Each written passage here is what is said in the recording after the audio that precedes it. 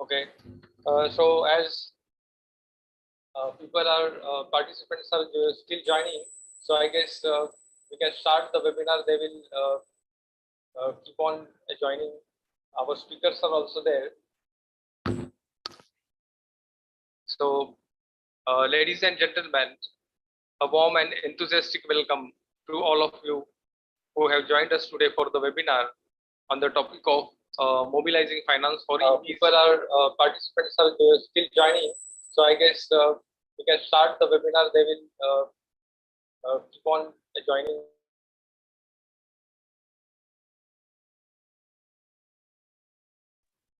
Ladies and gentlemen, a warm and enthusiastic welcome to all of you who have joined us today for the webinar on the topic of mobilizing finance for people are participants are still joining. So I guess we can start the webinar. They will keep on joining.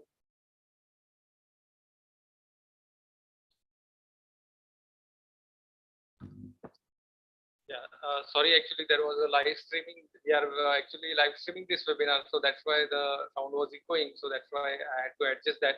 So, ladies and gentlemen, warm welcome and enthusiastic welcome to all of you who have joined us today for the webinar on the topic of mobilizing finance for ease in India, solution risk and market barriers.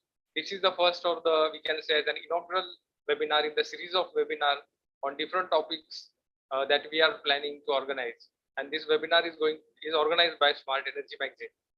We are delighted to have the support and collaboration of esteemed organization in this endeavor. And I would like to extend our heartfelt appreciation to the Electric Mobility Financiers Association of India, the India Energy Storage Alliance, the India Electric Mobility Congress, and the Smart Energy Council Australia for their unwavering support in making this webinar possible. It is through such partnership that we can drive meaningful change and foster the growth of sustainable energy solutions. Before we proceed, I would take a moment to introduce about Smart Energy Magazine, the organizers of this webinar series.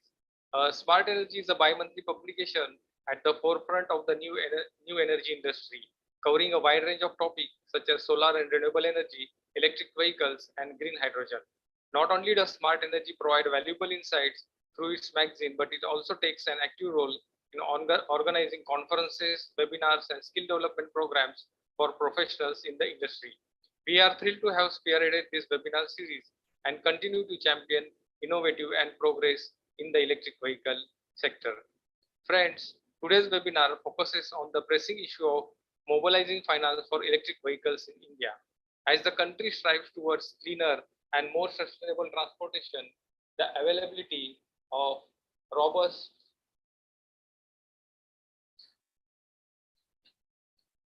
financing option becomes prominent. Our esteemed panel of industry experts and thought leaders will share their knowledge, experience, and perspective on this topic. They will explore innovative solutions, navigate potential risks, and identify the barriers that must be overcome to ensure the widespread adoption of electric vehicles in India. This webinar is not only an opportunity for us to gain valuable insights from our distinguished speakers, but it also serves as a platform for networking and collaboration. We encourage you all to actively participate in the discussion, ask questions, and share your own experience and expertise. Together, let us create a dynamic and inclusive environment that fosters the exchange of ideas and drive meaningful action.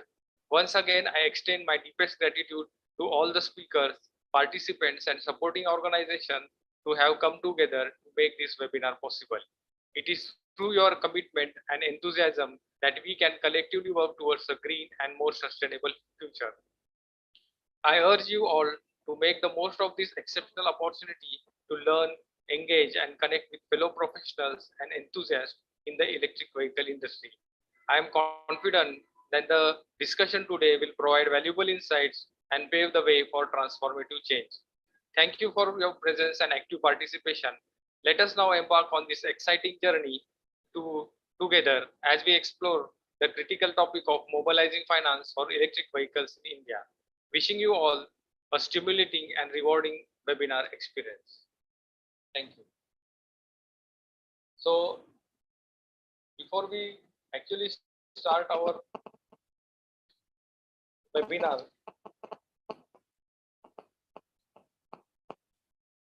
I would take few minutes of yours to introduce you to the organization or associations that are actually supporting this webinar series. First of all, it is the Electric Mobility Financiers Association of India. EMFAI, or the Electric Mobility Financiers Association of India, is an official professional association that represents Indian financial institutions engaged in financing electric vehicles and other products and services related to the EV ecosystem. EMFAI aims to establish close collaboration with both the central and state government as well as policy making bodies to contribute to the development of policies and processes that facilitate EV financing and make it accessible to all, including those who have been underserved in the past. They are committed to actively supporting the EV industry and the government of India in shaping a sustainable and prosperous future for electric vehicles. Their role involves representing, advising, and consolidating the efforts of India's leading EV financiers to ensure a coordinated and impactful approach towards promoting EV adoption and financing. About India Energy Storage Alliance. India Energy Storage Alliance was launched in 2012 by Customized Energy Solutions to promote energy storage, electric vehicle, and microgrid technologies and their applications in India through an active dialogue among the various stakeholders and by promoting information exchange with the end users.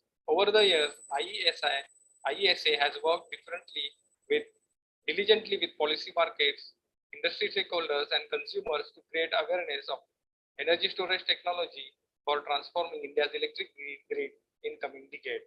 IESA also provides insights on policy landscape, business opportunities, and market entry support in the space of energy storage, EV, and microgrid in India through frequent interaction with all key stakeholders. The next association that is supporting this webinar series is of Indian Electric Mobility Council, or IESA. IEMC has announced the launch of dedicated electric mobility and EV infrastructure platform called India Electric Mobility Council. This all-inclusive technology-agnostic platform will cater to all stakeholders in the EV ecosystem, including EV OEMs, component providers, charging infrastructure, and battery swapping companies. Currently, under IESA, IEMC is working with 50 plus EV ecosystem players and various central government bodies according to the organization. The final association that is supporting this webinar series is the Smart Energy Council Australia. Smart Energy Council is an independent body for the Australian smart energy industry. They are bold partners and vital voice for the industry, bringing a proactive, hands-on approach that drives real progress. They actively connect the smart energy industry across Australia through high-level advocacy, events, and training while building momentum and unlocking the barriers that hold us back from embracing a smart energy future. So thanks a lot. I once again extend thanks to all this association for supporting this webinar series. So today, the first presentation that we have on our agenda is going to be given by Mr. Charit Konda.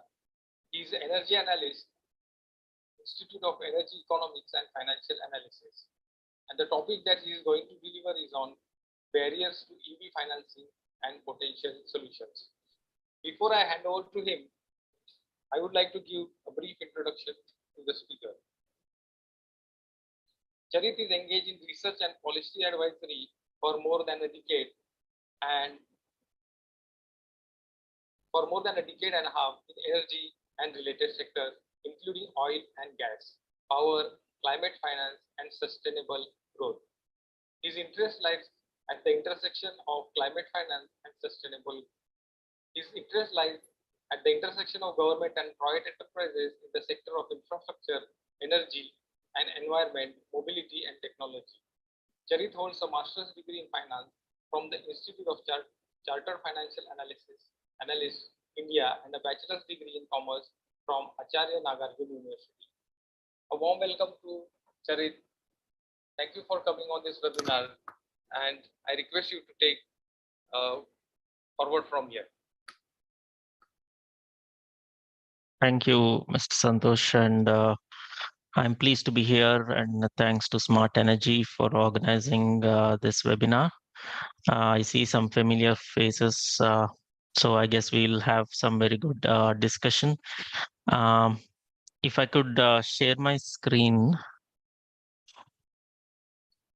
Yeah, I have made you a co-host, so I guess you can Okay. share it. Yes, please. Yeah.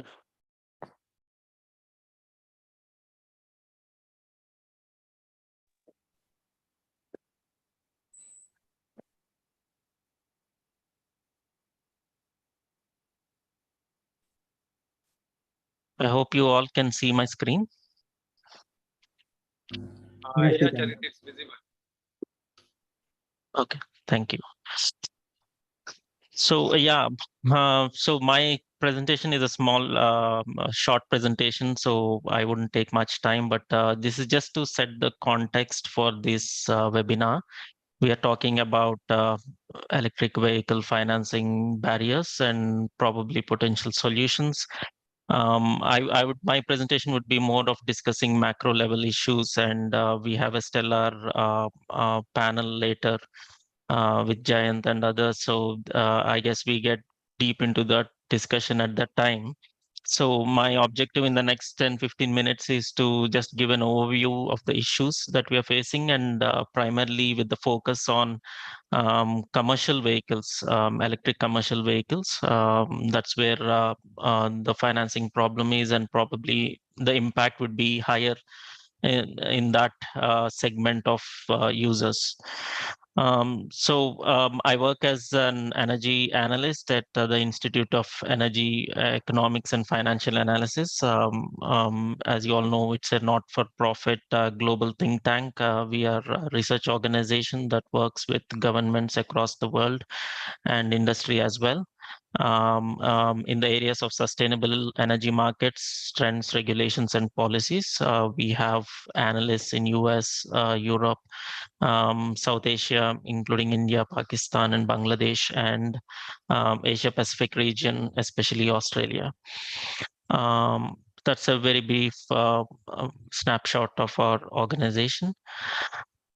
So, why are we here is to discuss financing a requirement for electric mobility, in particular, the transition to electric mobility.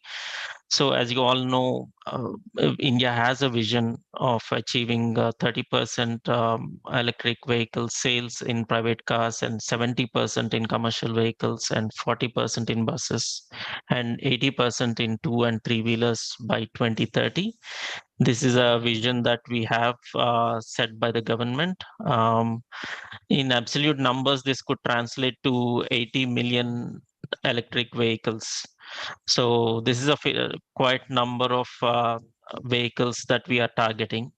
And commercial vehicles, as you see, is the highest target we have. And next to the two and three wheelers, and which these two segments are going to have a big impact. So we're going to focus on that. So what is required for turning this vision into reality, right? So the industry has to overcome some of these challenges that we have. Predominantly, as you know, this is relatively electric mobility is still at a nascent stage, although the technology is quite old, but it's just about time that we are commercializing.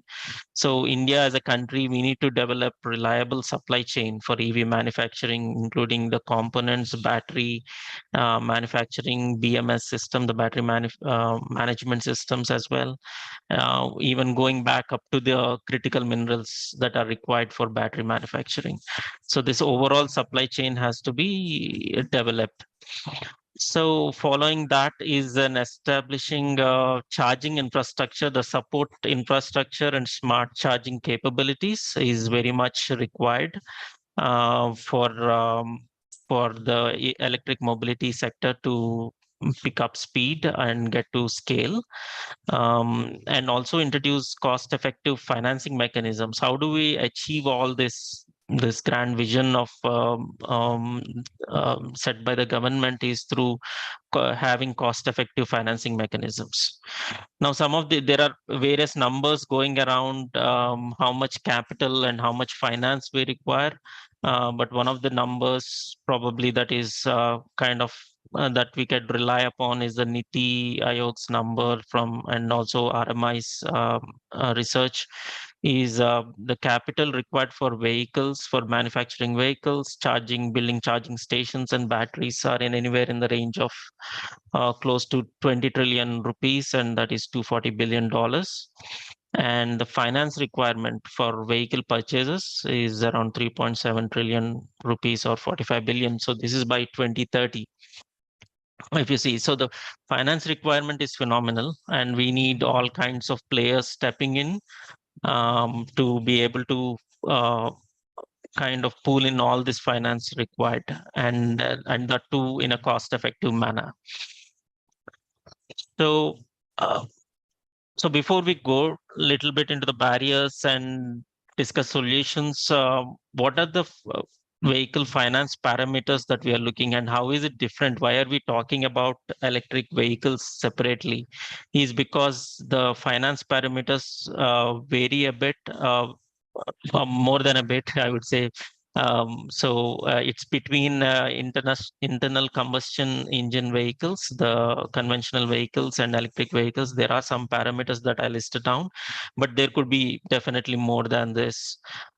So if you take upfront or purchase cost for a conventional vehicle, it's relatively lower than electric vehicle. So one of the examples that I took is Piaggio's cargo auto rickshaw.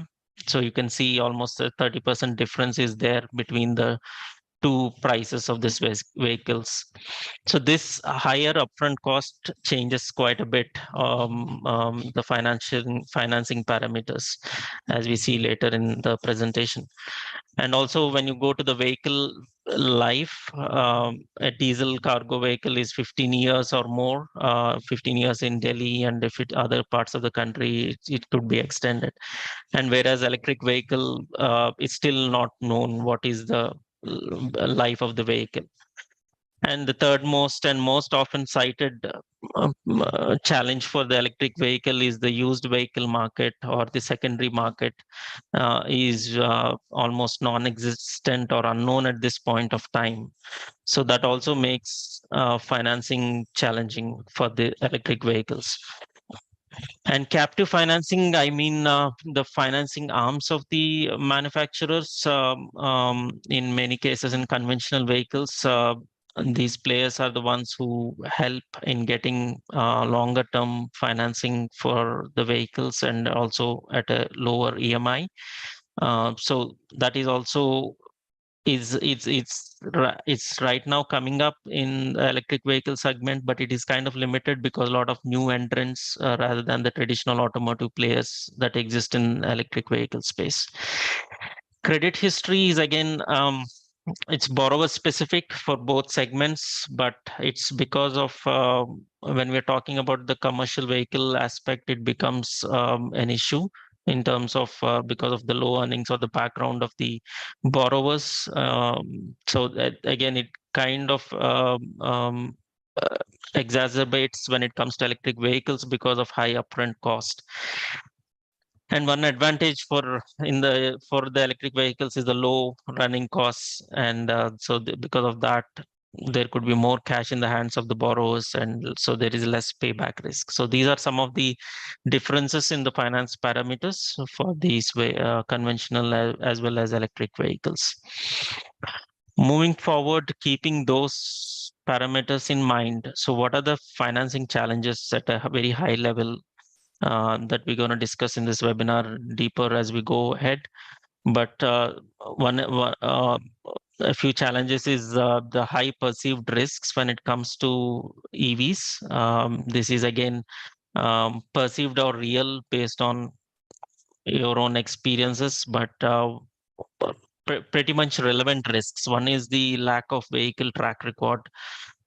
Still, as we are talking, these vehicle technologies are evolving both in battery technologies as well as the cars or the vehicles themselves, and the charging technologies keep on evolving. So this is something that the financiers are wary about, as the technologies are evolving so rapidly. How do the financing industry keep to the mark? And with it comes again the lack of understanding of the battery life. What is the extent of the battery life? For again, this battery life varies by the manufacturer, by the vehicle segment. If it is a two-wheeler, there's a bit, could be a different battery life. If it's a four-wheeler, it could be a different battery life. For heavy vehicles, it is different. So again, with that is tied up is the lack of secondary market. And most of the electric vehicle market, as you can notice, is a lot of new entrants in the market. So this again kind of introduces certain kind of uncertainty when it comes to financiers, because they do not know the manufacturer. There's no track record of the manufacturer, especially in the cargo segment and the two-wheeler segment. So this becomes again a fragmented market when it comes to the OEMs. And of course, there are doubts on earning capacity, the poor credit worthiness when it comes to the commercial vehicle borrowers. Again, this is aggravated due to how much time will go into charging the vehicle rather than using it for business, the range issues. So these all kind of add up to the perceived risks. And of course, limited matured financial products. Again, this is in relation to the conventional products, but this is rapidly changing, and we see a number of fintech platforms coming up for easy processing for EV specific financing. These are emerging players. A lot of emerging players are coming up, but still there is limited presence of captive financing companies, and then specific loans like top-up loans for replacing the battery or buyback of the battery after at the end of the life. And even products like cash flow based lending could really help in reducing the NPAs. So now what all these risks add up to is inferior, leading to an inferior terms of finance when it comes to electric vehicles compared to the conventional vehicles. If you take the tenures of the loans, it's usually 12 to 24 months. Of late it might is going to 30 months, but nowhere close to the 5 years for ICE vehicles that we are seeing. And also the interest rates tend to be higher because of all these risks. It's at 18 to 24% compared to vis-a-vis around 11% for ICE vehicles. So all this shorter tenors and higher interest rates means higher EMIs and more burden for the borrowers, and again, which increases the NPA risk for the banks. So keeping in these challenges, what could be the potential solutions? So when you look into the potential solutions, I could divide it into two buckets. One is the side of the cost of the manufacturing of vehicles, how to reduce these costs. And the second one is easing on consumer end financing. So if we take these two buckets and try to address the problem of financing. So now if you look at the vehicle cost reduction, I think the government is fairly doing a strong job in this bucket. So especially on the fiscal measures, you see the FAME subsidies, the production linked incentives for batteries, FAME subsidies for the vehicle manufacturing, and tax breaks for the buyers, as well as waiver of registration and road taxes. And some of the states even have their own, almost, I guess, nearly 30 states have announced EV policies which have special electricity tariffs for EV charging.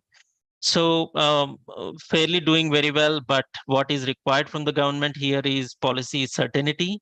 That's very important for business and financiers, especially when it comes to disbursements of subsidies, and the monitoring mechanisms. These are very important metrics, and the policy certainty around these issues should be very clear for the businesses. On the non-fiscal measures, it's a mixed bag.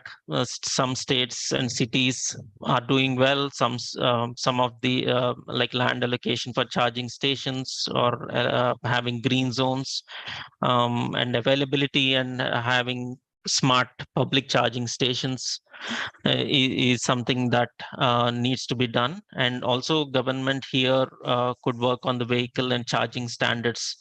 Now all this, why do we need this, is they make owning the vehicle easier, the adoption easier, then the scale also increases, whereby the financing becomes easier for. And coming to the consumer side, so what are some of the measures that can be taken to ease financing is something like what can the industry do from the OEM's perspective? They could have programs such as buyback, battery buyback, and battery leasing facilities, as well as having an extended warranty on the battery. So rather than the financiers worrying about what happens to the battery after the third year, so there is some kind of warranties or guarantees from the OEMs that they will buy back, or there is a warranty from the for the fourth and fifth year as well. So this is going to increase the tenor of the loans as well as reduce the EMIs consequently. The third thing is a co-lending practice, which is again not innovative thing, but it already exists for the conventional vehicles, is risk sharing between NBFCs or banks, and a couple of banks and NBFCs can come together in extending loan, thereby reducing individual risks that they take.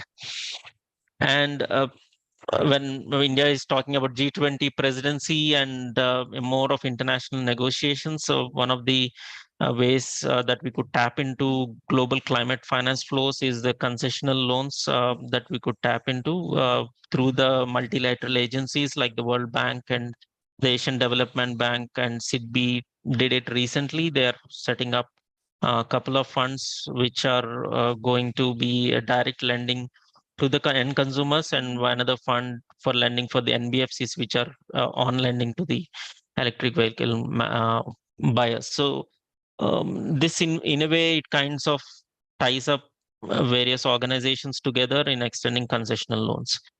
And also the secondary market creation by OEMs themselves, if they could take this initiative, say like for example Maruti Suzuki's True Value is a secondary market creation initiative. So this kind of creates a kind of assurance to the lenders that there is a secondary market, there is a value to the vehicle after 4 or 5 years. And it also helps overall industry ecosystem to develop. And finally, when it comes to public transportation, there are certain very specific financial interventions that could be done. For example, a payment security mechanism for electric buses that the state transport corporations are leasing out. So that would help the bus operators to have certain kind of assurance for their payments and for servicing their loans as well. And also green bonds and sustainability linked bonds and first loss guarantees. These are some of the measures that the entities could take. Of course, first loss guarantees should be given by some government entity in terms of protecting the immediate small lender from taking a major hit on their books. And then green bonds and SLBs is something that perhaps state transport corporations can use to raise funds for lower cost funds for introducing electric buses. So these are very high level interventions I have highlighted here, but I hope we'll get much deeper as we go into the webinar later in the panel as well as other interviews. So that's it from my end, and over to you, Santosh.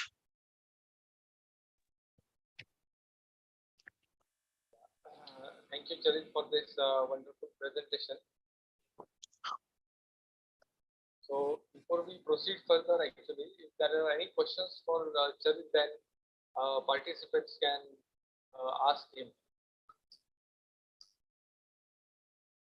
If anybody has any questions to Mr. Charit, he has given in the presentation. If there are any questions, then participants can unmute themselves and go ahead and ask questions.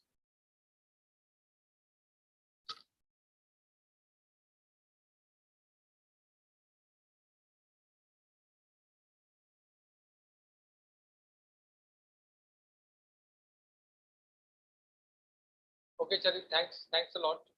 Charit is going to be there with us. So, anyways, we are proceeding further. If there are any queries at any point of the time, we can have it. Yes, sir. Yes, sir.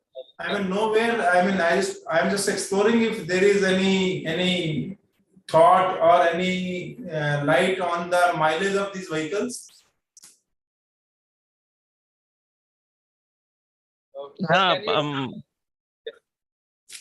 Especially in comparison to the cost to the CNG or to the diesel vehicles. Yes, sir. So, mileage, as we call range, in the range is definitely a financing parameter that financiers look into, because it affects in various ways. One is the charging cycles, in terms of how many hours, say, an electric auto rickshaw can drive in a day. So does it run for 4 hours, or does it run for 6 hours? And if it is runs only for 4 hours, you have to go back for 2 hours of charging. A borrower or the driver is losing 2 hours of his work time. So this affects his daily earnings, and his serviceability of the debt that he has taken. So definitely it is a parameter for that financiers consider. But as we see, technologies are developing. We are moving from lead acid batteries to lithium ion batteries, which are much more reliable, much more which gives much more higher range. So in terms of costs, I don't have the numbers ready of exactly per kilometer cost, but it is something that we could find it, and then I could share it later with you after the webinar. So not exact cost, but I'm talking about in range. If we compare it with CNG auto or compare it with the diesel auto, in terms of mota percentage, how much it will be lower than those? The running cost? 1/10 of CNG or 1/5 of CNG, something like that. In general, I can say. So the capital cost, as I mentioned, is 30% higher for electric vehicles, but running cost, I don't have the number, but I can share it with you. I think Jayant was mentioning in the comments. Yeah, it's 25% of the diesel cost. So there is a huge difference in terms of running costs as well. Okay, sir. Thank you, sir. Okay, thanks a lot. Thanks, Charit. As I mentioned, he's going to be there. So if there are any queries, we can have it at the end of the session also. I would request the participants, if they are asking the questions, so they can at least give their name and the company they represent, so that everybody gets an idea about who they are interacting with. Thanks a lot, Charit. Thank you for coming on this webinar. Thanks, Mr. Santosh. So our next speaker is Mr. Devi Prasad Dash. He is Executive Director, India Energy Storage Alliance. Devi Prasad Dash is currently working as the Executive Director, India Energy Storage Alliance at Customized Energy Solutions. He has been involved in technology, commercial feasibility, strategy formulation, and consulting in emerging technology areas like energy storage, advanced battery, renewable integration, green hydrogen, smart grid, electric vehicle infrastructure, and microgrid. He is also involved in policy recommendation for the energy storage and EV roadmap for India, manufacturing policy for advanced energy storage technologies, and development of ancillary markets and green hydrogen roadmap for India. He takes the lead in new strategic partnership and MOVE and MIGHT initiatives of IESA. He is currently part of BIS Energy Storage Standards Committee, Aspire, and takes active role in policy advocacy to both central and state governments in India. He also leads bilateral partnership and facilitates market entry for multiple foreign companies to India. He is also the co-convener for the World Energy Storage Day that happens on 22nd of September.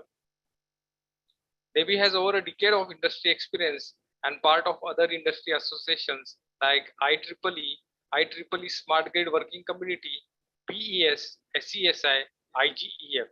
NEBI holds an MBA degree in finance from Symbiosis International University and postgraduate diploma in renewable energy from Terry University.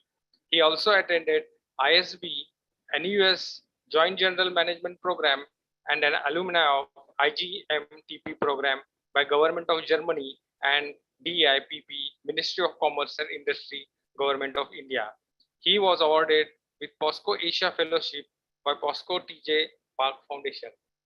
And he is going to speak on corporate EV adoption under CS responsibility.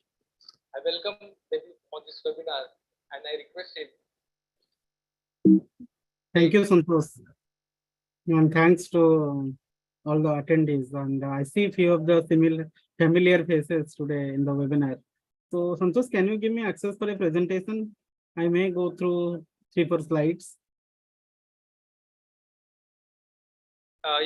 Debbie, I have made you the co-host now. So I guess you can. Okay, thank you. Go ahead and start sharing. I hope everyone able to see my slides.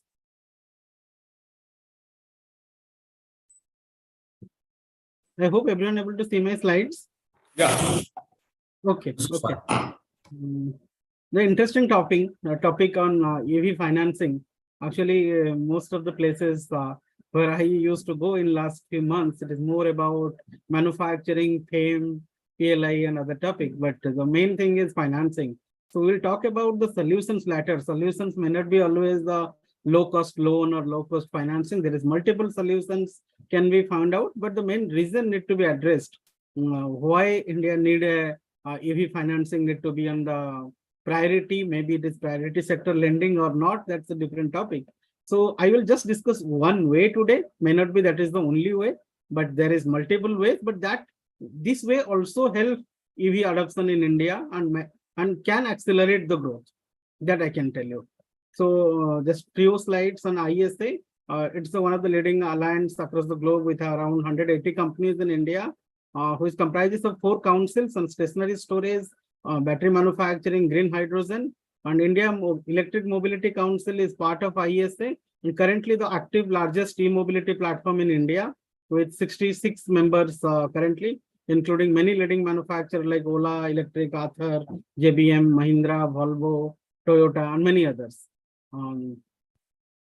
This is part of ISA. I will skip these slides. We launched this council this year in January.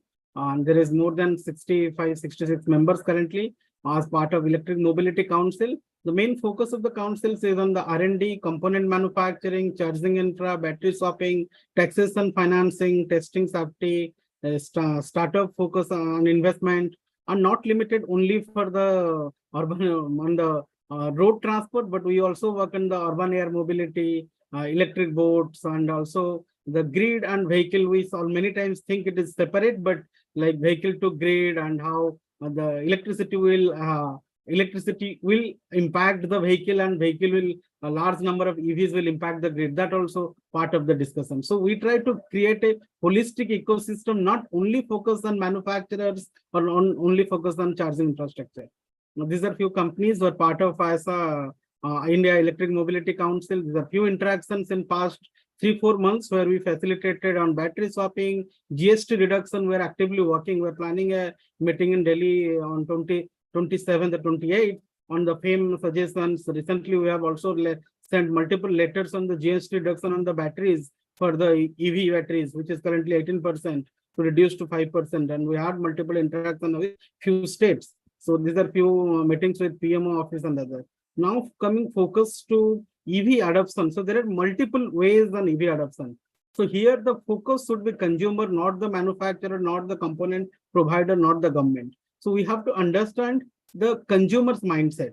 So keeping consumer on focus, we have to segregate what type of consumers. There are individual consumers, there are state and central level government consumers, and there are few private, industrial, and commercial consumers.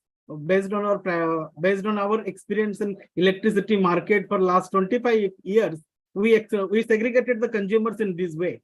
So one of the way of consumer, like individual consumers, for them, it is maybe a few early adopters will come and they will buy the EVs. And there are for government and semi-government, like currently companies are buying, government, state government and central government are buying EVs. ESL actually taken a lead on it and help the state and central government officials to buy it through ESL.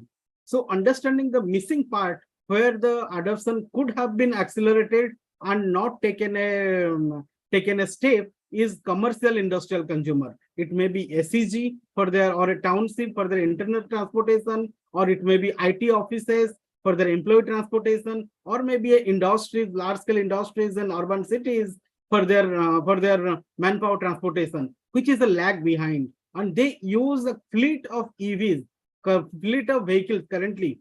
And there is a very sweet spot they can shift to the electric mobility. Considering this, we signed a MOU with ESL 4 years back that is focusing on corporate EV adoption. So we understand as government is working on the government side adoption and the financing institutions are working on the low-cost financing or priority sector lending for the individual consumers, these mixing gaps should be addressed. And here, you don't need any great new policy or incentive. You need to help them to understand how the commercial benefits need to be given to them. So we try to analyze few of the industries and hotels where they have multiple hotel chains, where they were working on the charging infrastructure in their hotel premises. And also they currently each hotel are having 5 to 7 5-star hotels of vehicles for their resident transportations, how they can adopt the electric mobility like high-end cars for their for the people. So in that regard, we not to mention the company name, we helped one of the companies for adopting their 50 hotels in India, the electric mobility installation, both charging and adopting EVs. So then we try to address few of the manufacturing facilities in Maharashtra and others. So we feel this is the step, and maybe ISA or IMC, India Electric Mobility, may not be the only platform to help them. We understand there is a requirement where the fleet operators or where the financiers or the middleman, like the agencies who are currently running multiple IC vehicles, they can shift to it. So corporate EV adoption can increase. Then we found the bottleneck. What is the bottleneck in that? The first large investment in this fleet of EVs purchase. But otherwise, the operating cost is lower than the IC because they get ideal time for the charging in the daytime. Just giving a school, maybe they are having 20 buses in their schools. They up to 11 o'clock, they will transport. From 11 to 2 or 3, they will charge it. Again, 3 to 6, they will transport. So this is the best cases in India. It may be school, hotel, it may be any industry, the best business case they have. But the initial capex is actually a bottleneck for them based on our past interaction. So as ISA always take case by case approach. So this is the area we thought which is need to be addressed and we want to address. So we have created a team, then we analyze their fleets, analyze their route, where they are going, how far it can go. It is a 9-meter bus they required, or 11-meter bus they required, 12-meter bus they required, or what is the battery capacity in their vehicle. And if there is a good demand of a number of vehicles, is it customizable the vehicle or not?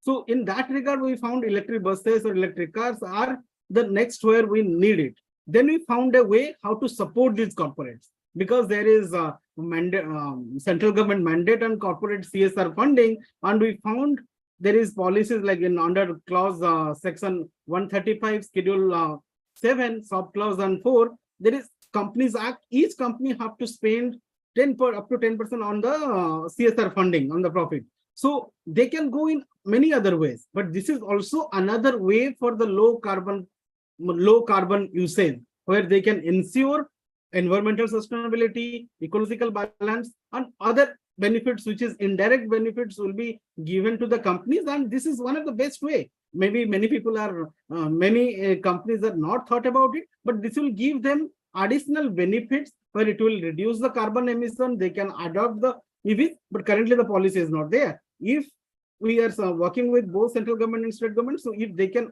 mention electric mobility adoption also will give them a CSR benefits, like then that will give a best case for them. So we understand, like for any typical IC bus, we analyzed the EMI approximately around 45,000. So what we found for 90-meter buses, there is currently the corporate buses, they're spending around EMI on a 6 lakhs, or they are using 10 lakhs per bus on CSR setup. So they can use up to 10 lakhs on that, and they can optimize the initial investment in buying the fleet of buses, which can help them to save on it. And each companies who are comes under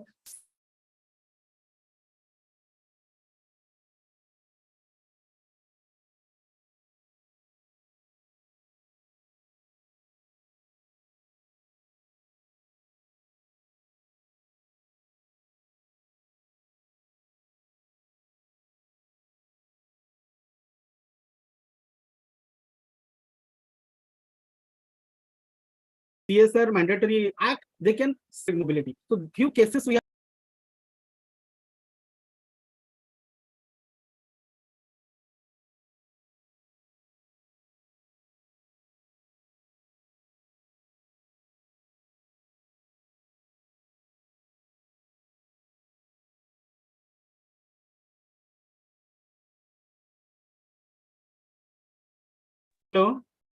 So we found there is up to 25% CSR fund can be used in this space, and we want to create a business case for this.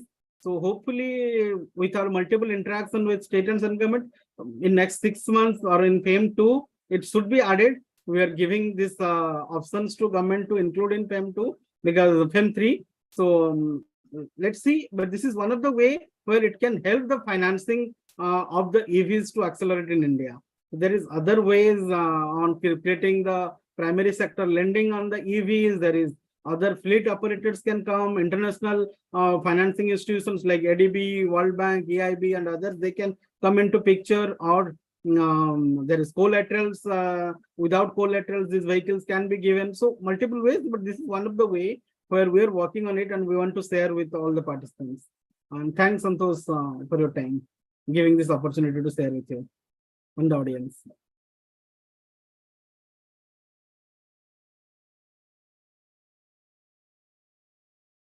Any queries?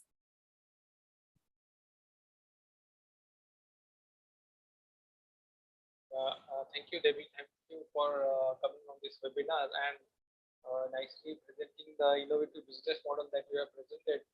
So this forum is open for any queries that you might be having on the innovative business model that Devi has presented. So if there is any query, participants can come forward and ask it. Sure.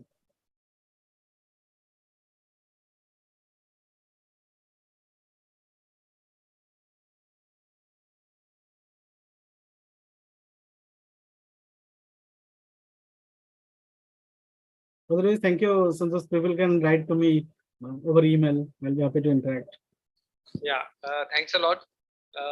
He is going to be there with us. So if there are any queries, you can ask him, or he is ready to even answer it on the mail also.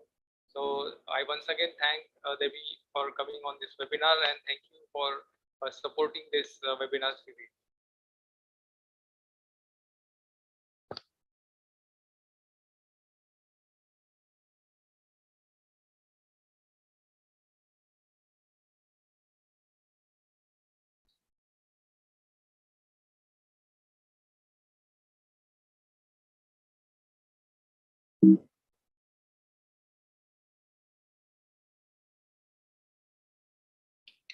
So moving forward,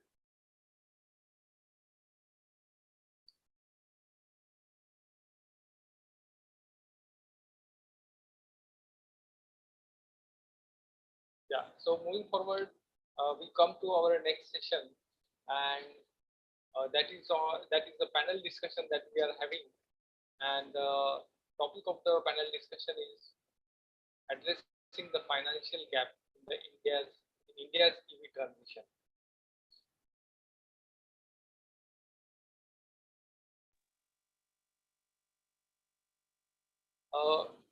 We have the privilege of hosting a distinguished panel of experts who will enlighten us with their valuable insights and perspectives. These esteemed individuals bring with them a wealth of knowledge and experience in the field of electric vehicles and finance, making them the perfect candidate to guide us through this crucial discussion. I am delighted to welcome our esteemed panelists to be part of this significant conversation. Their expertise and dedication to advancing the electric vehicle industry in India are truly commendable, and we are grateful to have them share their insight with us today. Please join me in welcoming Mr. Jayant Prasad, Executive Director, Seeker Finance, Mr. Anish Kila, Director, Perfect Group, Mr. Rohit Mehta, Managing Director, AXA Finance, and Mr. Nitin Sabharwal, Founder, EV FinServe. Each of them possesses a unique set of skills and experience that will contribute to the well-rounded and comprehensive discussion on addressing the financial gaps in India's EV transition. Before we begin this panel discussion, I would take some time to give you a brief introduction about the panelists. Mr. Jayant Prasad, he's the Executive Director at Seeker Finance. And Jayant has 25 years of experience in banking and finance, including 18 years in a large private bank. He is presently co-founder and CEO at Seeker Finance, a sustainability financing focused NBFC. Seeker was set up in 2016 as a market maker debt venture focused on catalyzing mainstream debt into sustainable energy.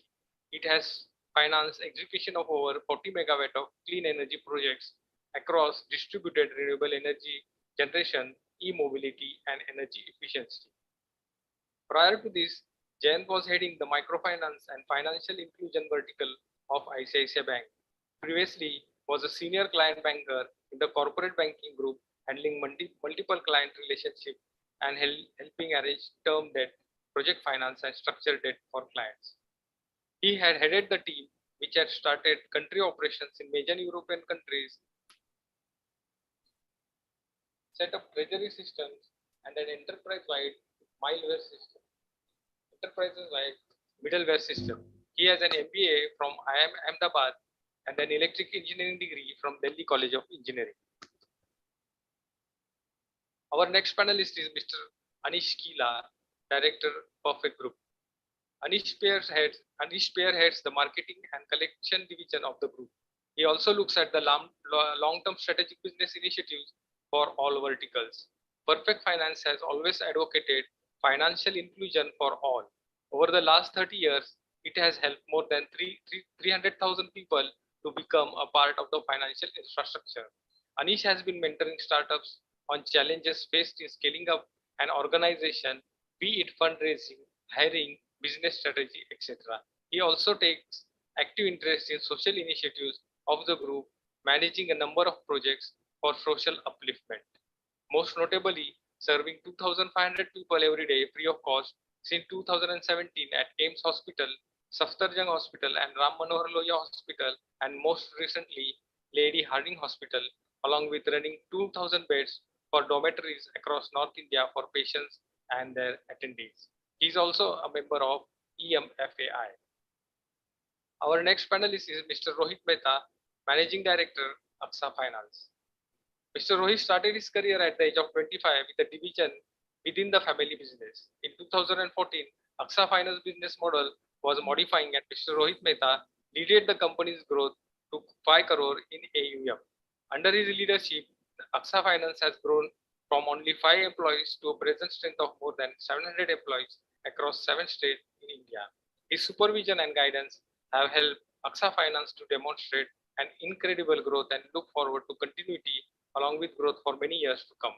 In 2020, Mr. Rohit co-founded AXA FinServe, AXA Finance sister branch, AXA Co-working as a director, and with his valuable experience, he contributed to spreading the organization with 5 centers across 3 states, including Kolkata, Bangalore, and Delhi NCR.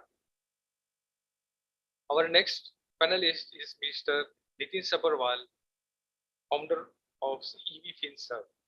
EV FinServe was founded in March 2023 with a vision to improve its customers' financial lives so profoundly they would love to come back for more.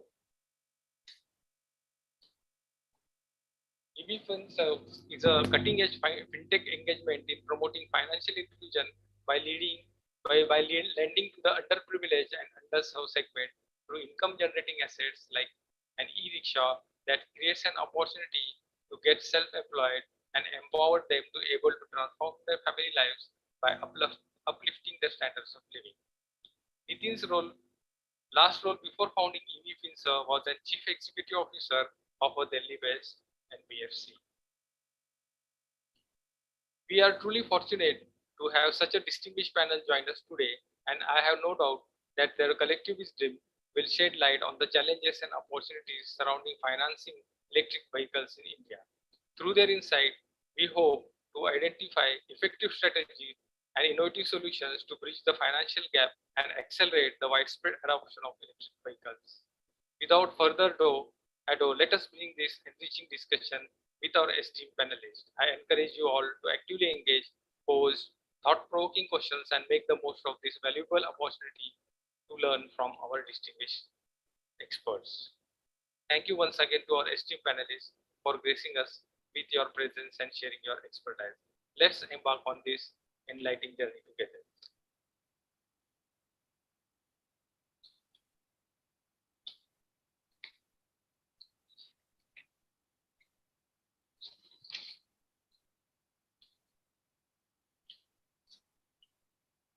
Hello, everyone. Are there any questions, or are we supposed to start with some kind of topic? Yeah, just wait, just give me 1 minute.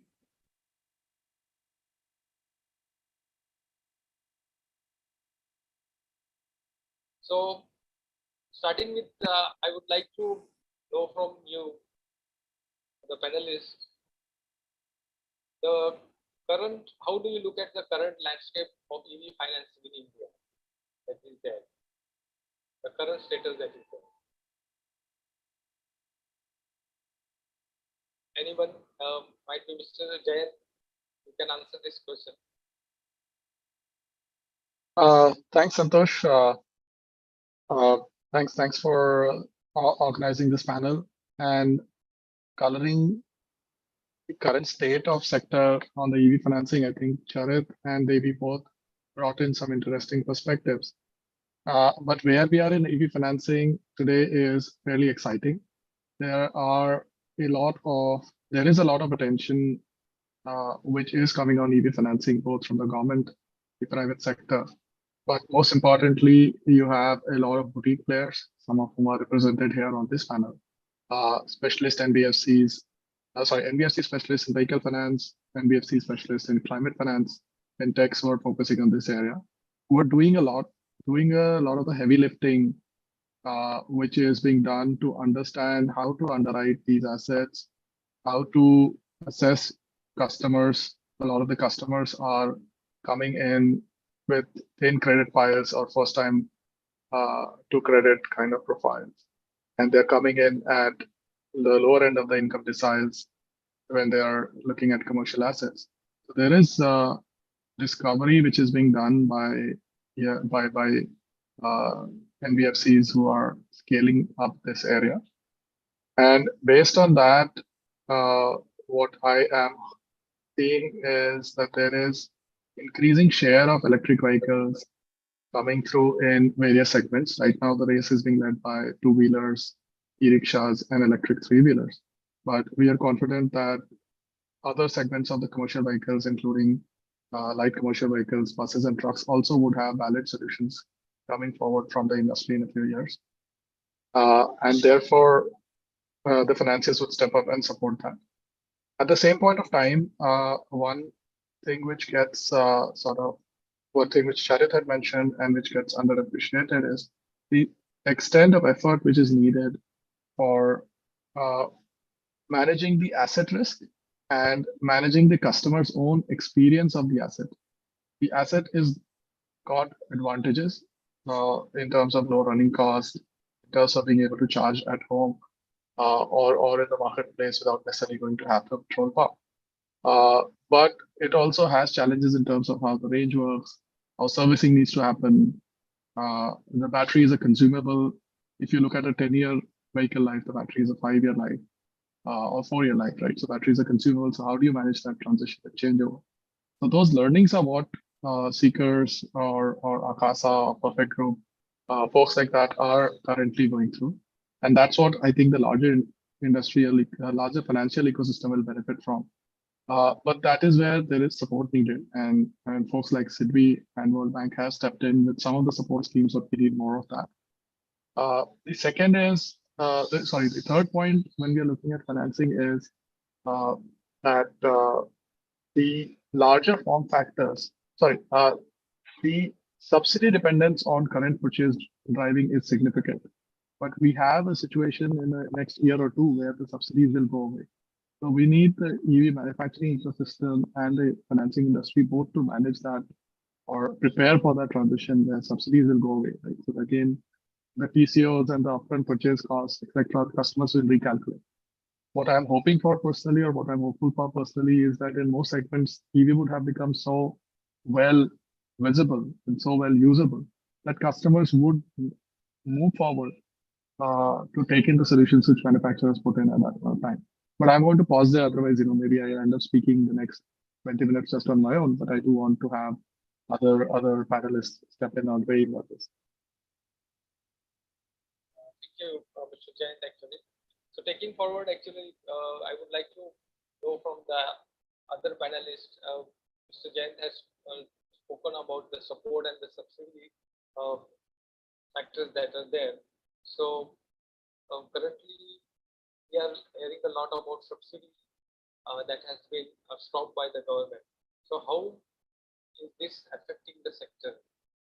So probably Mr. Anish, you can answer this question. Thank you, Santoshji, for having us over here. And on behalf of M5, we would like to thank the participating associations for taking up the cause of EVs. So what you're talking about is the recent change in subsidies. And it does have a major impact because like Jayant was talking about it, these are people coming in as new to credit or having no financial exposure so far. So for them, access to credit is a major concern. So when the subsidy goes away, their demand for credit also goes up significantly. And at times, what happens is it makes it difficult for us as financiers to take that much credit risk on that person. Because we have to look into the account, what is the earning capacity of that asset? What is the earning capacity in that particular area or segment that he'll be working in? And this is when I'm talking about e-rickshaws specifically, because those are commercial assets which are earning assets. When it comes to e-two-wheelers, again, then there is a concern because the asset value or the residual value of that asset is not defined so far by the industry. Like I put across a point very regularly to people who have just entered EV financing that we still do a lot of IC engine financing. Like we do two-wheelers like Hero Splendor or a Honda Activa. Now those have established markets, established norms, established valuation terms. So it is very easy for somebody to calculate what value to finance and what value not to finance. Here, when the subsidy support goes away, your risk on the asset would go up drastically, making it difficult for you to take a credit decision on somebody who's new to credit or somebody who has a very limited financial exposure.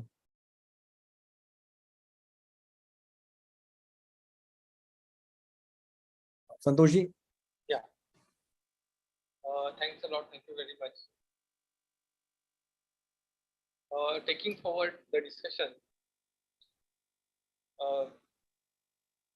you mentioned one point about different financings like for e-rickshaws and the electric two-wheelers that are there.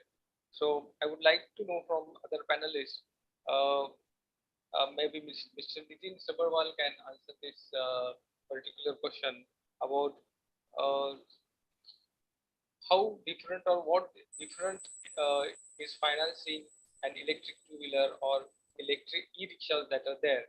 Even he can share his experience about the innovative ways in which they are financing e-rickshaws that are there, because there are a lot of companies that are there who are already into manufacturing and they are also financing such kind of initiatives that is there.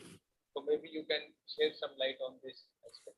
Yeah, thanks, Santosh. So, just to give you background on us, we are a new entrant in this space.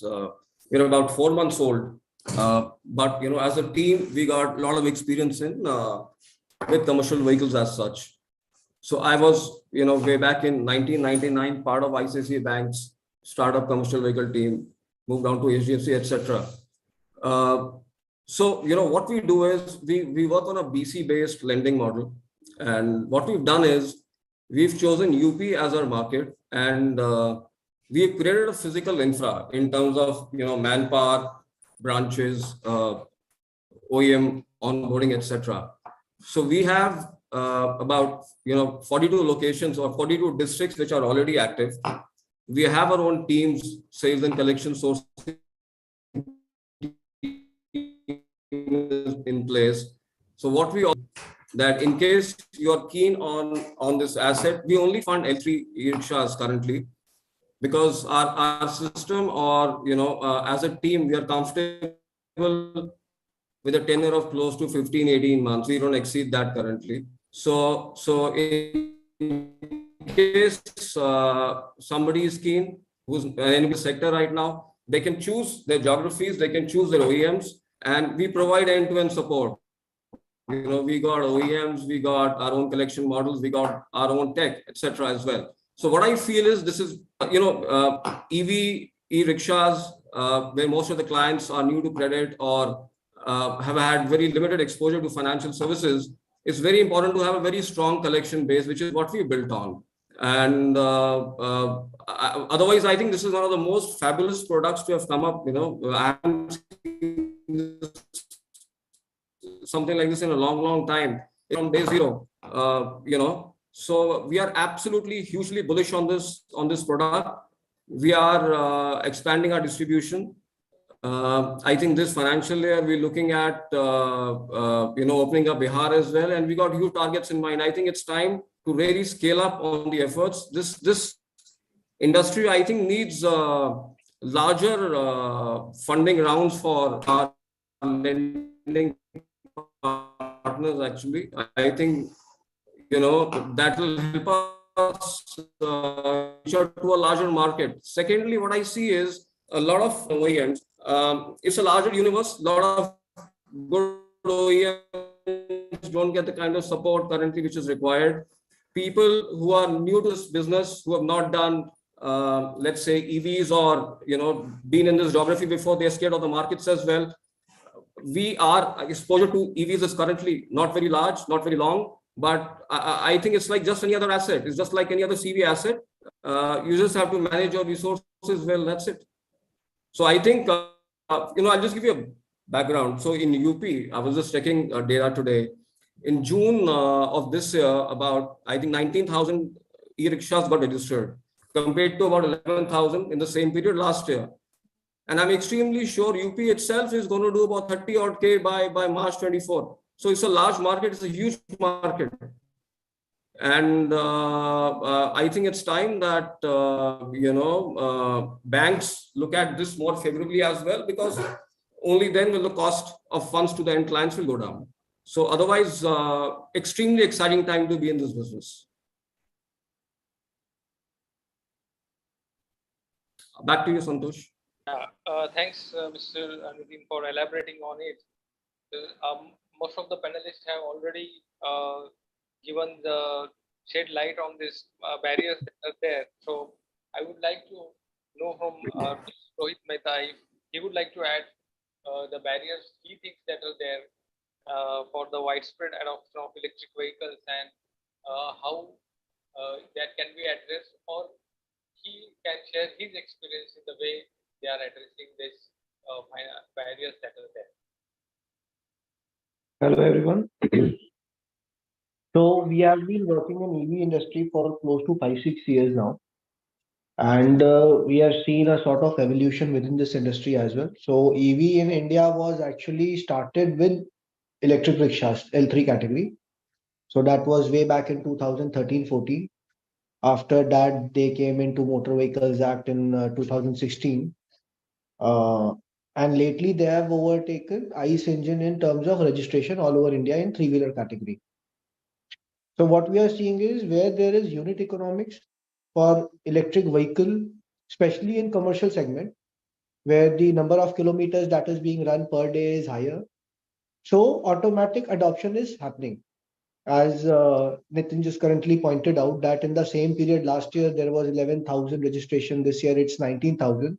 So at a CAGR basis, that's about 170, 180% growth within 1 year.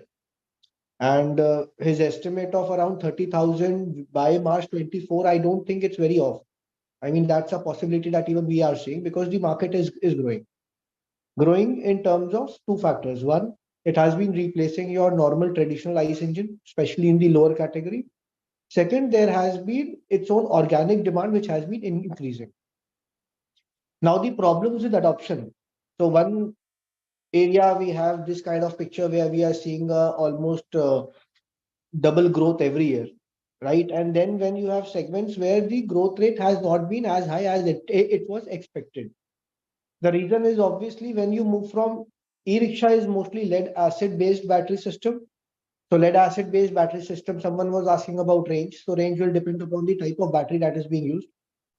Lead acid battery system, the norm that is in the market as of today gives you a range of approximately 110 to 120 kilometers, which is quite okay for a normal small town. These vehicles are mainly now being purchased or the growth is happening in rural areas. So rural areas, what happens is you have small townships or small kasbes, as you call it in Hindi, in a radius of, let's suppose, every 10 kilometer or every 15 kilometer. So a range of 100 or 120 is more than sufficient to take care of your day-to-day needs for any driver. He is able to fly for approximately 10 to 12 hours per day. As soon as your range increases from this point, once you go from 120 to a requirement of, let's suppose, 200 or 250 for a normal cab driver in Delhi, NCR, or maybe Mumbai.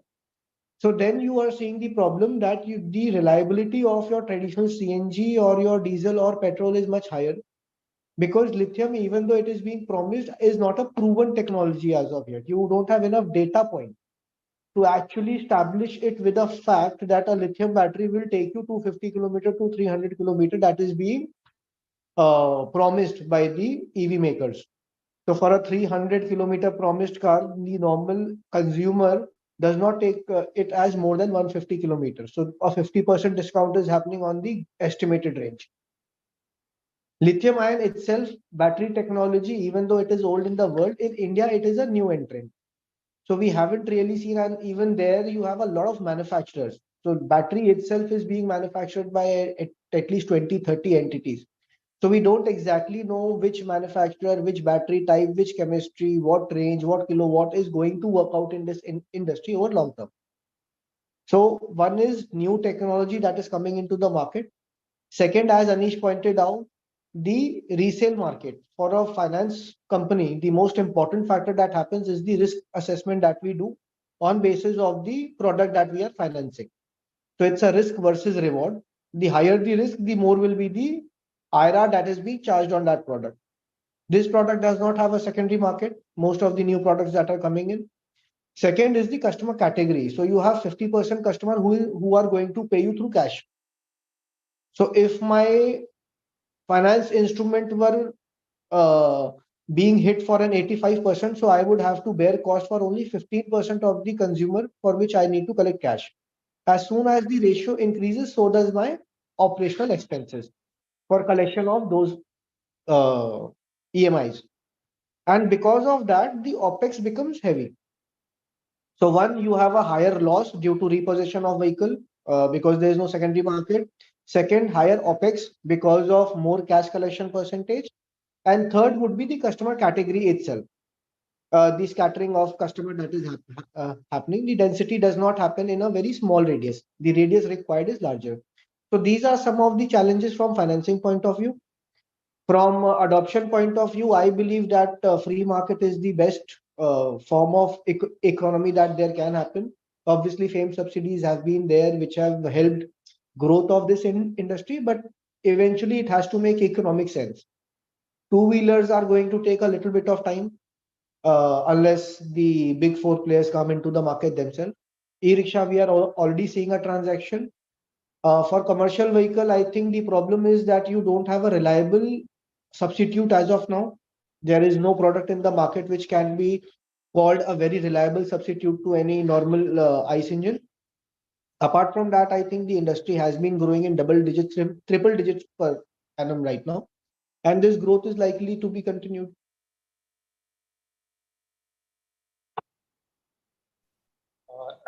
Yeah, thank you, Mr. Rohit, on sharing and giving insights on the risk that's are there and how you are overcoming this, some of the challenges that are there. Now, I would like to know from the panelists the role the financial institutions or banks that can provide in giving affordable financing options for EV buyers, because there are, I guess, very few banks that are there. They are giving these loans, but they are also not upfront actually. If I don't know if any consumer is getting easily financed for if he approaches these banks like SBI or some other banks are also there. Recently, I have come across some even state cooperative banks that are there. They are also providing finances, and even RBI has come up with priority sector lending initiatives also. So I would like to know from the panelists the role that these banks and financial institutions can play in giving affordable financing options for you. So maybe we can start. Santosh, if I may, Yeah. if I may take a start on that. So first, you have to look at the structure of the market for the IC engine itself, right? Because Charit had pointed out some data points, but I think we are sort of conflating some items. Vehicle financing when it comes to two-wheeler, small commercial vehicles or e-rickshaws, because e-rickshaw does not have a petrol or CNG or diesel equivalent, are not traditionally bank-dominated markets. These are traditionally NBFC-dominated markets, right? So we have to recognize that, because when we say banks, please fund, let's say you would go for car financing, banks are happy to fund because those are a bank-dominated market, right? But when you come to two-wheelers, small commercial vehicles, e-rickshaws, they are not bank-dominated per se, even before EV came in. One. Second, when you look at the cost of finance, right, as I think earlier panelists mentioned, access to finance is the primary important item right now, while the product track record is getting established and the product confidence is getting established in the customer's mind. But the rate differential between EV and IC of the same category, which means a new to credit customer buying a petrol two-wheeler, a new to credit customer buying an electric two-wheeler, is not what is highlighted, right? In the rate and the tenor difference. The new to credit customer gets roughly similar rates for petrol and electric. Maybe there is 100, 200 basis point difference. And there was some study I had seen, I think it was presented in private forum to one of the development institutions by one of the consulting organizations. But they had done an on-ground survey, right? Because what happens is when it comes to petrol, we talk IC engine, we talk a car finance rate or car finance tenor or car finance LTV. When it comes to electric, we pick up the e-rickshaw, which is going to a person who's earning daily livelihood, bottom of pyramid, no credit track, and is taking a product which is itself of a certain size and value. And then we say, oh, if this is getting a smaller tenor or is getting a higher rate. So that's something we need to solve for in terms of perception. As of this point of time, if you look at metro markets, there is very little difference between what petrol two-wheeler financing and electric two-wheeler financing is happening at. When you look at commercial vehicle, there's still some difference, but these are not bank dominated. So where do banks come in therefore? And it doesn't mean banks don't do any financing. There would be bank branches here and there would be funding e-rickshaw buyers or two-wheeler buyers, electric two-wheeler buyers, but they are not sort of the dominant player. Where do banks come in? A lot of the financing on the commercial side, whether it is a e-rickshaw or it's a commercial vehicle, is priority sector eligible under micro SME, even in addition to any categorization which may be given because it's electrical vehicle. And that's where the wish list for banks is like what Nitin talked about, right? They need to use the NBFCs, which have the last mile access, which are managing the customer, which are doing the hard work of creating access to finance, and support them with lines which allow them to solve for creating access to finance, and the cost and tenure, etc., will be solved as product experience builds up and as competition builds up. Right? There are hardly any place. Nitin mentioned UP. Even in UP, there's hardly any district where there would be less than 5, 6, 7 financiers active in a district funding e-rickshaws. And probably, I mean, Rohit or Anish could correct me if there are even more. But competition is definitely there on ground, and that will take care of over time cost, risk discovery, OPEX. But the financial institutions or the large banks right now need to support the NBFCs and financiers who are doing the work on the last mile to extend credit to these vehicle form factors. So I'm pausing here. Santoshji, I think you highlighted a very big gap here, that what is the role of FIs and banks. So when you look at the role of FI and banks, you need to look at it in two parts. One is, why are the banks not present in the e-rickshaw market right now? Like Rohit pointed out, the operational costs and the kind of on-ground manpower that is needed is just not viable for a bank. And that is why NBFCs are currently dominating the industry. Also, what happens is, it is the risk-taking capacity. When a bank sits down and punches the numbers for an EV in its model, it will come out blank. Because what will they put as residual value? What will they put as asset life? So that is where the role of NBFC grows even further. Now comes the point wherein you said access to finance on reasonable terms. Now, for us, a bigger question here is that how are we accessing finance? See, if our refinancing or if our asset portfolio is being refinanced at lower rates, it becomes much more viable for us also to pass on that benefit. But currently, the NBFCs, which are very active in this sector, also have very little support from banks and financial institutions. Like Jayant pointed out, SIDBI is somebody who has come out openly and said that we want to support the adoption of EV, e-rickshaws and the e-two-wheelers, and we want to support you with that portfolio. But still, in the traditional banking system, you will hardly find anybody who comes out and says, though, we'll provide you funds at a lower cost if you can pass on that benefit to the customer. Whereas banks, when they pick up funds at repo rates, it makes them much easier for them to finance at a lower rate of interest. So that net interest margin plays a big role here when you talk about reasonable rates of finance or a lower rate of finance, which reaches the last mile. And co-lending can be a big option, or you will see co-lending as a bigger option coming up in the future, because banks will not want to go and do the same dirty work that Seekers, Perfect Finance, or Akasa are doing. They would much rather say that, why don't you take a line from us and do this work, and we can engage in a co-lending tie-up.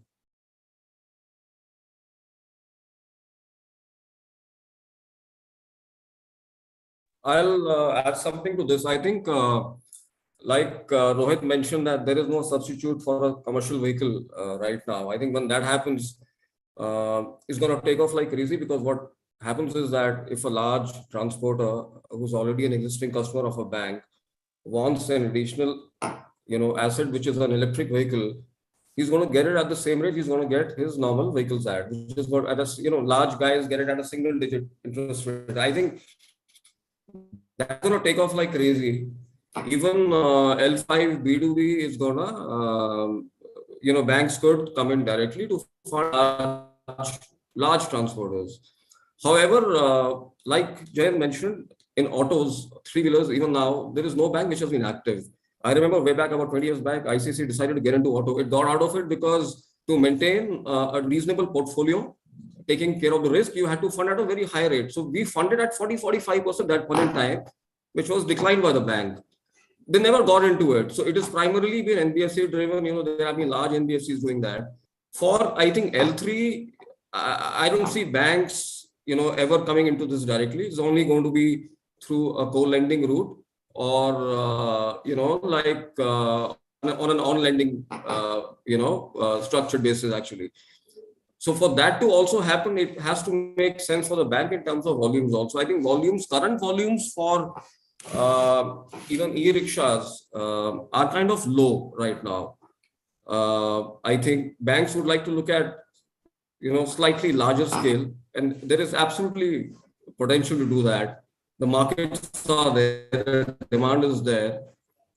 Current NBFCs maybe need to be slightly more aggressive, especially the ones who have been here for the last few years. I think that they've got great understanding of the product. They have, built up a very decent portfolio, and they've really opened the market for others as well. So I think it's a matter of time. In the next 12 months, you would probably see a lot of these co-lending deals happening, and this market shooting up. And, so these e-rickshaws or L3s, even though assume that they last for 6-7 years, I think the replacement period would not be more than 3 to 4 years. So while there's new customers being added on, there is going to be a replacement market as well. We at EV FinServe are also trying out. We've just been allocated some money from one of our partners for a pilot for funding used L3s. So we're trying to figure out a market for that. We feel there is a market there, and with a shorter tenure, this could also work out. So a lot of things, very exciting period. A lot of things will happen, and back to you, Santosh. Thanks a lot. Thanks all the panelists for adding their points of views on this very crucial question that was there. When it comes to the consumer, you see the awareness level that is there in the consumer that EV financing is available. So, do you feel that there is a need for the consumers to be educated and create awareness about such financial products that are there, that are available in the market? I would like to hear your views from the panelists. Yeah, so probably, when we say about customer education, I mean, how does a customer get educated? How does it happen? So I want to buy a bike. I go to 3 showrooms. I find out what they are doing, what banks are financing, what NBFCs are financing, what the rate of interest is, right?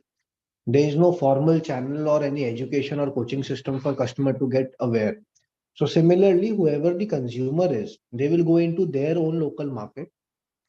Once that is happening, once you have financial institutions or your NBFCs or other forms of financing that is happening, the customer is very smart because, for the consumer, the e-rickshaw or maybe a two-wheeler that is happening, especially in terms of volume, in terms of absolute number, e-rickshaw is the highest. So for him, it's a very, very major life decision. He is buying an asset which might actually be his most valuable purchase in his entire lifetime. So he is doing all the kind of research. It is not a decision that is being taken on snapshot. He goes to at least 4 to 5 showrooms. He compares every possible rate there is. He compares every possible interest rate there is. So it is not a problem with consumer education. It's a problem with the reach of the financial institutions or the OEMs. Second problem is the number of OEMs that are there in the market. So you don't have any one specific brand which is, absolutely everybody in the market knows about. There is no Maruti here. There is no Honda or Hyundai, or maybe there is no Hero here, which everybody knows. That this is the brand. If you are buying their product, it is going to be okay. So it's a very very fragmented market. Even two-wheeler, if you would see, there are more than 200, 300 players. So you have one new brand with every district that you are going to be crossing. So with those kind of numbers, customer education in terms of a theoretical discussion, yeah, we could go on discussing about it anyway, any number of times, but it is going to happen at a very, very localized level. It is going to happen within their territory, within their 10-kilometer radius, with the people they are comfortable with, and it is going to happen through a word of mouth. So there won't be any formal channel. There won't be any maybe program or maybe a YouTube channel telling consumers about their product or their requirements. It's happening. It's happening all across the country. If demand is there, supply will come, whether it is product or it is financing or anything else. As long as there is demand, supply will come.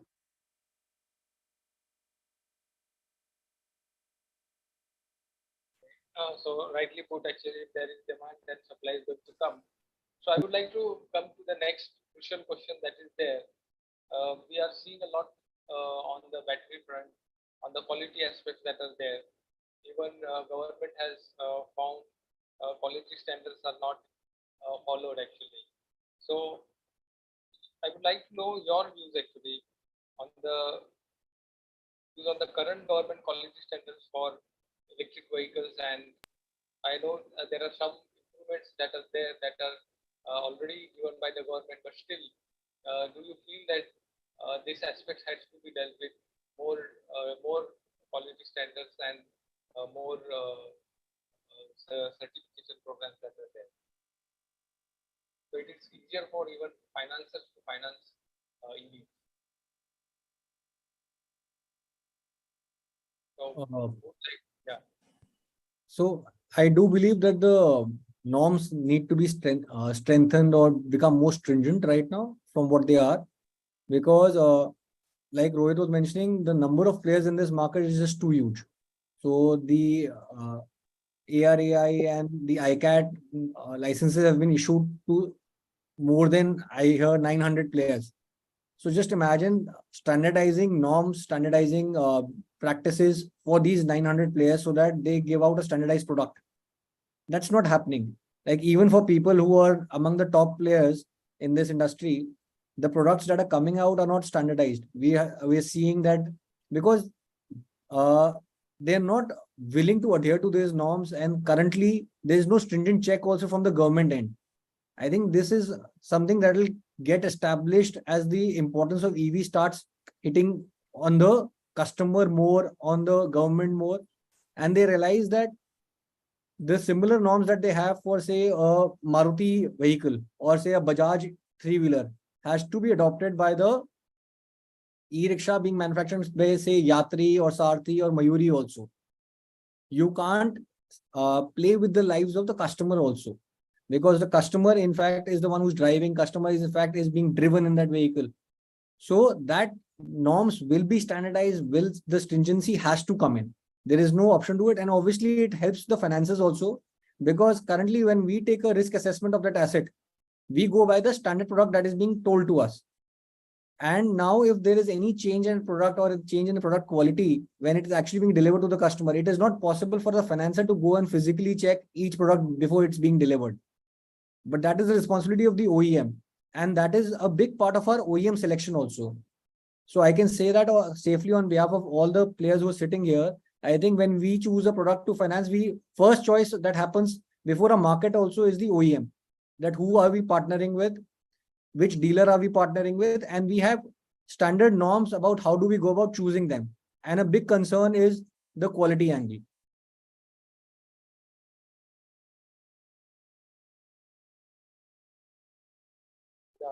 Mr. Jain, you would like to add something on this?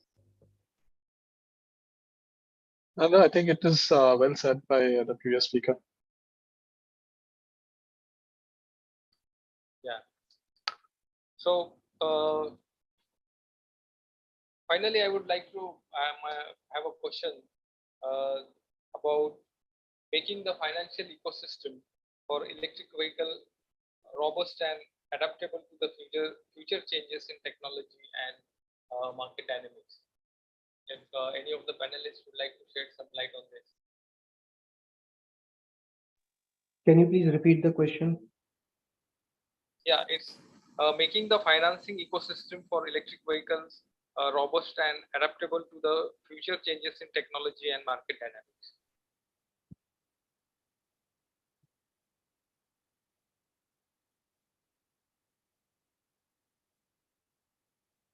Well, I think it's already happening.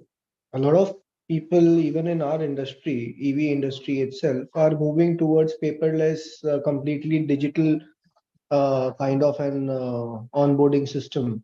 The lifetime of the loan itself is getting digitalized. Reach is increasing. Collections are going digital.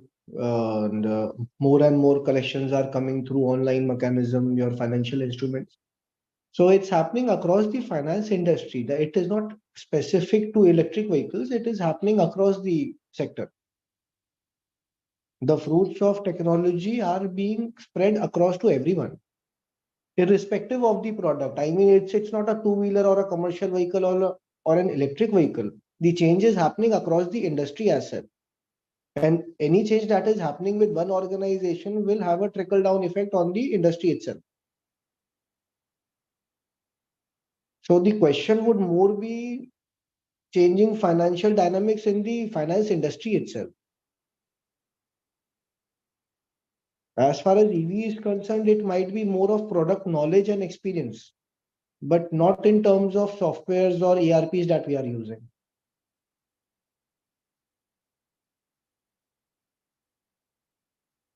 Sorry, I had one addition. I think previous speaker had well spoken on what is needed from a robustness perspective. But one of the gaps, a couple of the gaps we have been seeing in EV, especially when we are going for more expensive battery technologies like lithium, the insurance industry is right now inadequately covering the battery risk, whether it is from self-started fires, whether it is from theft. Many of the insurers don't insure, or if they insure, they put severe restrictions.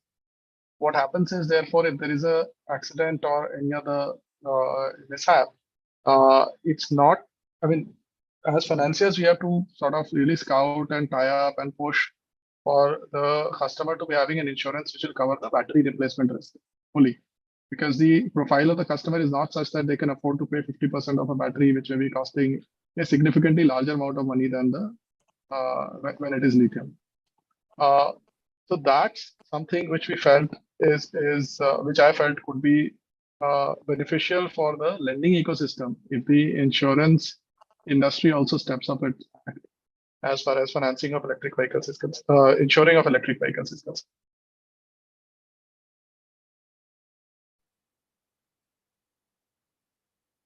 Thanks, Mr. Jain, actually touching on the insurance aspect also for the electric vehicles. That is one aspect that is also critical and very important, both from the consumer point and from the finance point of view.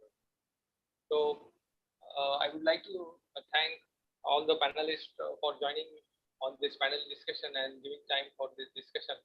Before we end this panel discussion, I would like to open this forum for any queries from the participants that are there. If there are any queries from the participants, participants can turn on their mics and ask their questions to the panelists.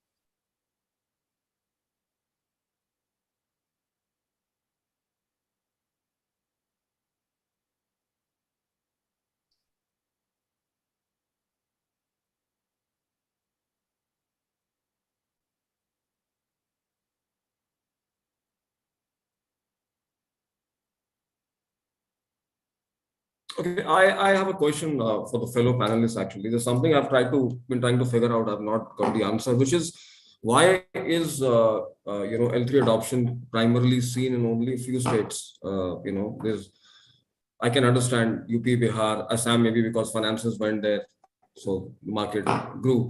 Why is why are the other states, the southern states, or there is very minimal adoption there compared to the what we see in North India, especially in UP, Bihar, even some parts of MP, Rajasthan. I mean, I was wondering what could be the reason. Per capita income.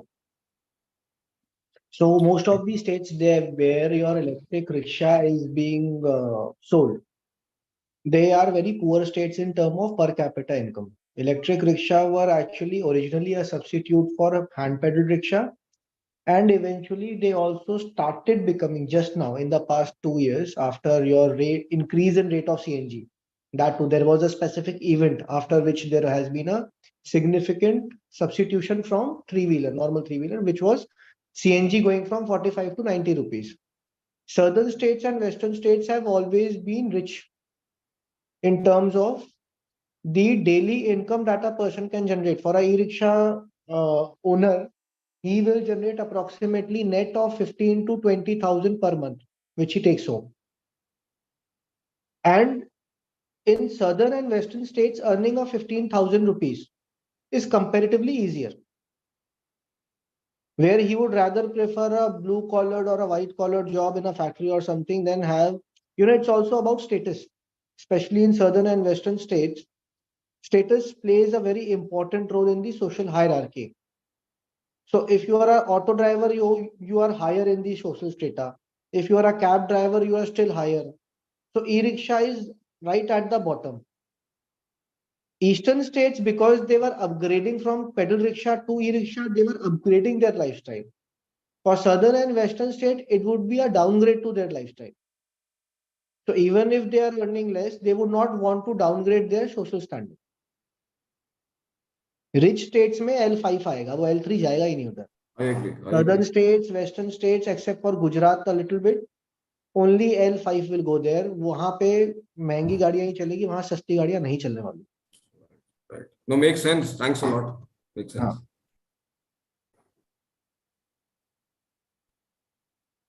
चलो, it was nice meeting all of you.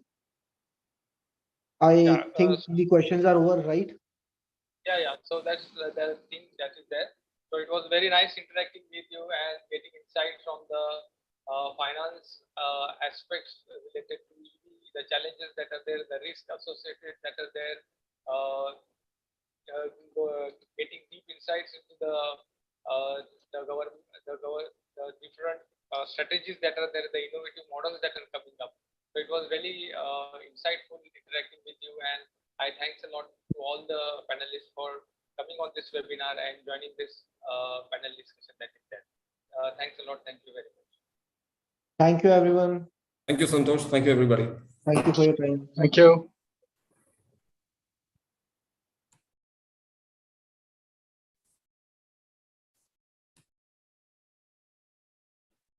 So actually, going forward, actually we had one more presentation that was from Mr. Sachin Mehta, co-founder and chief officer at World Technologies Private Limited. But due to some reasons, he was not able to make it for this webinar. So he has apologized and given a promise that whenever next session is going to be held, we will definitely try to be present for that session and give you the insights on this interesting topic that is there.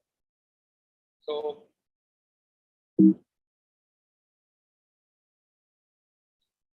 with this,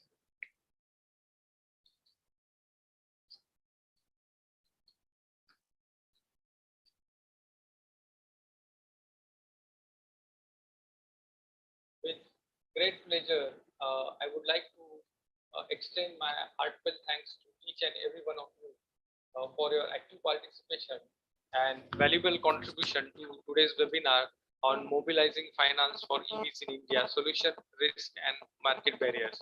It has been an engaging and insightful discussion. Thanks to the unwavering support of our esteemed partner organizations, your collaboration has truly made this webinar a resounding success.